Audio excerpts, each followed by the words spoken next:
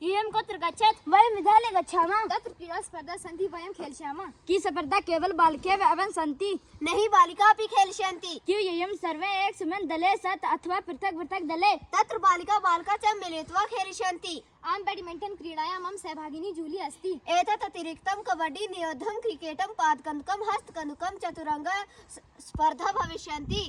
उमे किं त्वं न क्रीडसि तव भागिनी तु मम पक्षे क्रीडति। नहि, मह्यं चलनचित्रं रोचते, परम् अत्र दृष्टं द्रयसते।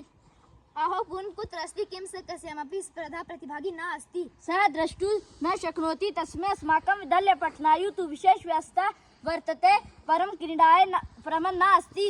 यद्यपि न न्यासङ्गतपूर्ण शिक्षणप्रबन्धस्य अभावात् क्रीडन्तु न शक्नोति। अस्माकं तादृशानि अनेकानि मित्राणि सन्ति, वस्तुतः तानि अन्यथा स्मृतानि। अतः वयं सर्वे प्राचार्य मिलामः कथां शीघ्रमेव तेषां कृते व्यवस्था भविष्यति। धन्यवादः।